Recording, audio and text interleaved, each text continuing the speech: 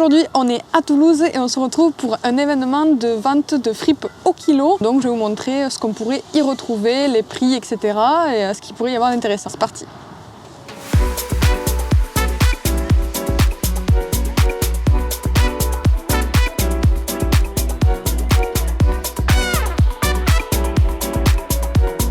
Je trouvais sur Carolina Panthers, 1996 NFL, tag Salem, très bon tag.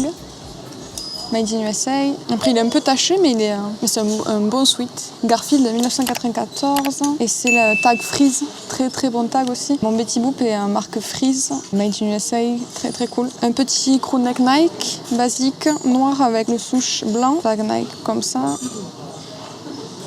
Et ce petit t-shirt Nike Vintage avec, il est couleur crème, made in Grèce. Et pour le moment, ce que j'en ai pensé, mais après je peux être un peu compliqué aussi, c'est que je trouve qu'il y a peut-être plus de 60% de non-vintage en fait.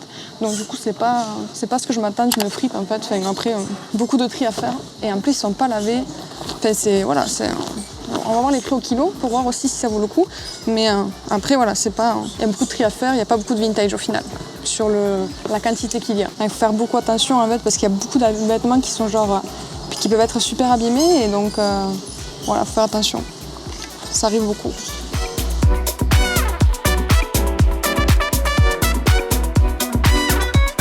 Donc au niveau des prix, le Panther bleu était à 17 € et le Nike à 17 €. Le t-shirt Nike était à 8 € et celui-là, Garfield citrouille à 12 €. Et je trouve que les autres, personnellement pour moi, pour de la revente, ne vaut pas le coup. Donc je les ai pas pris, mais celui-là, en vrai, je pense qu'il vaut le coup parce qu'il est vraiment très très cool. C'est un très très bon tag, c'est des pulls qui se vendent très très cher, très recherchés. Donc je vais le prendre.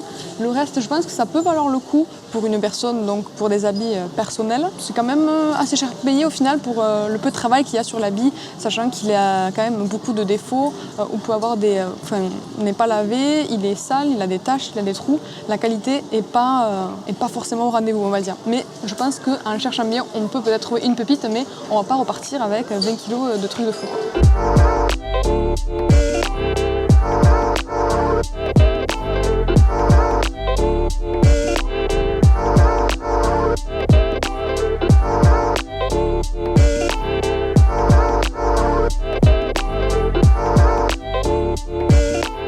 Donc là, on est au rayon des sweats et en vrai, il y a des trucs qui peuvent valoir le coup, comme ce sweat par exemple, Chevrolet, broderie, sur un tag Jersey Made in USA. Donc un sweat comme ça va coûter à peu près 17 €, donc ça vaut le coup pour un sweat personnel. 17 €, un sweat comme ça, c'est une très très bonne affaire. C'est des sweats qui se revendent au moins 30-35 €.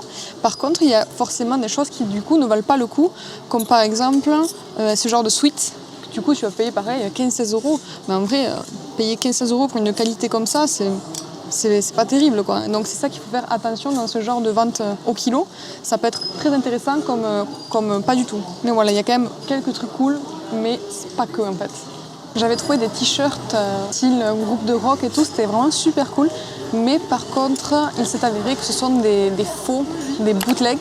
En fait, donc ce ne sont pas vraiment des véritables vintage, il faut faire attention. Donc c'est des t-shirts qui avaient des étiquettes toutes similaires, donc ce qui est très très bizarre normalement. Ce genre de tag que je connais même pas, que j'ai jamais vu. Et il y avait même des tags style un peu genre effet vieux, effet jauni, genre fait exprès pour que tu penses que ce sont des t-shirts vintage alors que ça ne le sont pas. La qualité du t-shirt aussi c'était différente. C'est pas du tout la qualité d'un t-shirt vintage. Et vraiment la texture du t-shirt était soit très très transparente, soit très très neuve. Enfin tu sens que c'est pas un t-shirt vintage et ça a été fait exprès pour te faire penser que c'est un t-shirt vintage. Donc il faut faire très attention à ça et pas se faire avoir. Donc les t-shirts étaient à 25 €. Déjà, c'est un petit indice pour te dire que c'est pas vraiment un t-shirt vintage. Après, il faut faire attention aussi. J'ai déjà vu dans des boutiques vintage des t-shirts vendus à 80 € qui sont aussi fake. Faire attention aussi, le prix ne veut rien dire. Et pour l'outfit of the day, j'ai ce petit sweat Reebok vintage, petit jean basics et mes Jordan 1 OG de Nîmes High.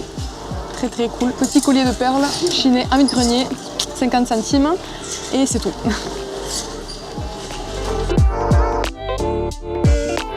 Et voilà, donc j'ai payé mes achats. Donc je pense que c'est quelque chose qui vaut le coup. C'est un événement super cool. Il y a énormément de choix. Il faut énormément fouiller pour trouver la pépite. Mais je pense que si vraiment tu cherches complètement, tu vas trouver quelque chose qui te plaît. Donc du coup au niveau des prix c'est quand même très très abordable et on peut se faire plaisir avec des prix raisonnables. J'espère que la vidéo t'a plu, je te dis à très bientôt, ciao.